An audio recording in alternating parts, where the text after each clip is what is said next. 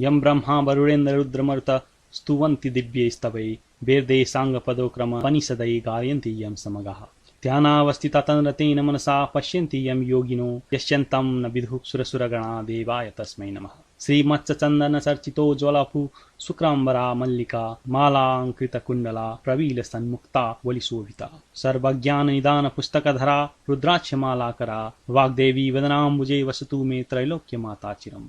मुखं करोति वाचालं पंगु लघ्यते गिरिं यत्कृपा तमः वन्दे परमानन्दमाधवम्। नमो भगवते तस्मै व्यासाय मिततेजसे यस्म प्रसादादात् वक्ष्यामि नारायण कथामिमाम्। नारायणं नमस्कृतं नरं चैव नरोत्तमं देवीं सरस्वती व्यासं ततो जये मुदीरये। या कुन्देन्दु तुषारहार धवला या शुभ्रवस्त्रावृता या वीणावरदण्डमण्डितकरा या श्वेतपद्मासना या ब्रह्मच्युत शंकर प्रवृत्ति देवैः सदा वन्दिता सा मा पातु सरस्वती भगवती निशेष जाड्यापहा। कायेन वाचा मनसेन्द्रियैर्वा बुद्ध्यात्मना वा प्रकृति स्वभावात् करोमि यद्यत् सकलं परस्मै नारायणायति समर्पयामि। अथ सप्तविंशो अध्याय। कुमारजी आज्ञा गर्नुहुन्छ अगस्त्य मुनि। त्यसपछि डोलेहरूले भने, हे महारानी, त्यहाँ स्वर्गका अप्सराहरूलाई स्वस्तानी परमेश्वरीको व्रत गर्न लागेको देखेर उनैको संसर्गमा हामी पनि पूजा गर्न लाग्दा केही विलम्ब भयो, क्षमा गर्नुहोस्। हजुरलाई पनि स्वस्तानी परमेश्वरीको प्रसाद ल्याइदिएका छौं, लिनुहोस्। तिनका यस्ता कुरा सुनि चन्द्रावती क्रोधित भई राता राता आँखा पारेर दाराकिटी नागले झैं निश्वास फेरि सुस्केर हाली मत्ता हात्ती रिसाए झैं ठूलो स्वरले गर्जेर, हे पापिष्ट डोले हो, मलाई यस्तो जंगलमा एक्लै छाडी व्रत गर्न लाग्यो। के सेवकको धर्म यही हो? त्यस व्रतले तिमीहरूलाई खान दिन्छ कि? मैले स्वस्तानी भनेको नाम पनि सुनेकी छैन। कहाँ की देवी हो? के गर्न सक्दछे? तिमीहरूले मलाई हेला गरेर नटेरेको हो। वनमा भयो, नभए तिमीहरूलाई अवश्य मार्ने थिए। म कहिले पुगौं भनेर हतपताई आए कि मलाई तिमीहरूले विलम्ब गरिदियो। अपराधीमा पनि ठूलो अपराधी तिमीहरू जस्ता व्यक्तिलाई नै भन्दछन्। यति भन्दै बानर उफ्रे झैं उफ्री डोलेका हातबाट श्री स्वस्तानी परमेश्वरीको प्रसाद खोसेर थु थु गरी थुकी खुट्टाले कुल्ची फालिदिन्। फेरि यसै गरौँला कि चाँडै लैजाओ भनिन्। तब बिचारा डोलेहरू डराई केही बोल्न नसकी आँसुका धारा बगाउँदै मनले श्री स्वस्तानी परमेश्वरीलाई सम्झी चुपचाप डोली बोकी हिँडिरहे। लावणे देशको नजिकै शाली नामकी नदी थिइन्। त्यहाँ पुगेर आधा नदी तरेपछि स्वस्तानी परमेश्वरीको निन्दा गरेको हुनाले अकस्मात चाँदनी टाँगे झैं मेघ उठेर मुसलधार पानी पर्यो। अनि ठूलो हुरी आयो र चन्द्रावती शाली नदीमा डोलीबाट लडिन्। डोलेहरू श्री स्वस्तानी परमेश्वरीको व्रतको प्रभावले पंक्षी रूप भई कैलाशमा गएर आनन्दले रहे। हे अगस्त मुनि, त्यसपछि चन्द्रावती ब्राह्मणी महापातकी भएर जलभित्र पडिरहिन्। जुन दिन चन्द्रावती शाली नदीमा खसी थिइन् त्यसै दिनदेखि शाली नदी बगिनन् स्थिर भइरहिन्।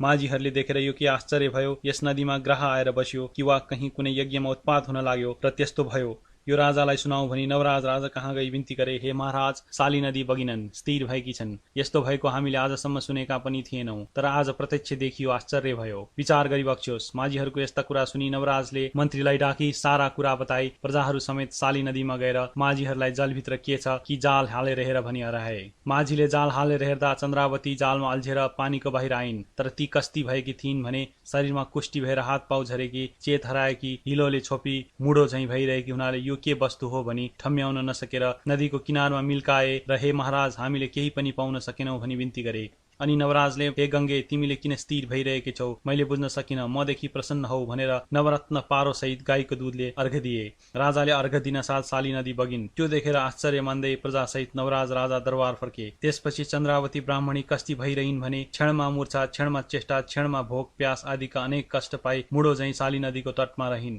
एक दिन साह्रै भोक लाग्यो र खाने वस्तु केही नपाउँदा माटो खान्छु भनी हातमा लिइन्। त्यो माटो ढुङ्गा भयो, ढुङ्गा पनि खान खोज्दा हाड भयो, हाड पनि खान खोज्दा खरानी भयो र खरानी पनि खान खोज्दा ठूलो हुरे आएर उडाइ लग्यो। श्री स्वस्तानी परमेश्वरीको निन्दा गरेकी हुनाले शीत, ताप, भोक, प्यासबाट हुने अनेक दुःख खपिरहिन्। त्यसपछि अग्निपुरका कपिल नामका दुई भाइ ब्राह्मण नवराज राजाको निमन्त्रणामा जान भनी त्यतैबाट आए। तिनलाई देखेर चन्द्रावतीले, तिमीहरू को हौ, कहाँ जान लागेका भनेर सोधिन्। तिनले भने, हामी कपिल नामका ब्राह्मण हौं, लावणे देशका नवराज राजाको ब्राह्मण भोजनको निमन्त्रणामा जान लागेका। चन्द्रावतीले भनिन्, हे ब्राह्मण हो, मैले कति दिनदेखि केही पनि खान पाएकी छैन। तिमीहरू भोजनमा जाने भए मलाई पनि केही मागेर ल्याइदिए पुण्य होला।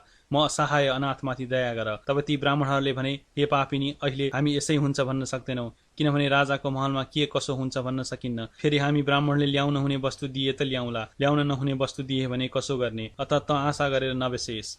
यति भनेर ती दुवै भाइ लावण्य देश गए। नवराज राजाले डाकेका सबै ब्राह्मणलाई यथेच्छ भोजन गराई दक्षिणा दिए। सबैजना राजालाई आशीर्वाद दिई प्रसन्न मनले आफ्ना घर गए। ती अग्निपुरका कपिल ब्राह्मण अघिका कुरा सम्झेर यसै जाउँ भने पापिनी आशा गरिरहेकी होली, मागौँ भने कसरी मागौँ, लोभी भन्दछिन् कि भनेर केही भन्न नसकी भोजन गरेको स्थानमा कहिले जाने कहिले आउने गर्न लागे। तिनको गति गोमा राजमाताले देखेर भण्डारेलाई भनिन्, हे भण्डारे हो, ती दुवै ब्राह्मणले खान पाएनन् कि सन्तुष्ट भएनन् र हो कि किन घुम्दैछन् सोध। अनि भण्डारले तिनको नजिक गएर सोधे, हे ब्राह्मण हो, तिमीहरूले खान पाएनौ कि तृप्त भएनौ? इच्छा भए फेरि भोजन गर। अनि ब्राह्मण भन्दछन्, हे भण्डारे, हामी इच्छापूर्वक भोजन गर्यौं, सन्तुष्ट पनि भयौं, तर हामी आउँदा साली नदीका तटमा कुष्ठरोग भई हात खुट्टा खसेकी केही स्त्रीले देखि र कहाँ जान्छौ भनी सोधी। हामीले राजाको ब्राह्मण भोजनमा जान्छौं भन्दा तिमीहरू भोजनमा जाने भए मलाई पनि केही मागेर ल्याइदिए। कति दिनदेखि केही खाएकी छैन भनेकी थिए। अत अब यसै जाउँ भने त्यो पापिनी आशा गरिरहेकी होली, केही लगिदिउँ भने कसरी मागौं भन्ने सङ्कोचले यताउता हिँडिरहेका हौं। त्यो कुरा भण्डारेले राजमातालाई सुनाए अनि तिनले ती दुवैजनाले बोक्न सके जति अन्न दिनु भनी र भण्डारेहरू भण्डारमा राखेको वस्तु दिन जाँदा राजाको सम्पूर्ण भण्डार नै सुक्यो।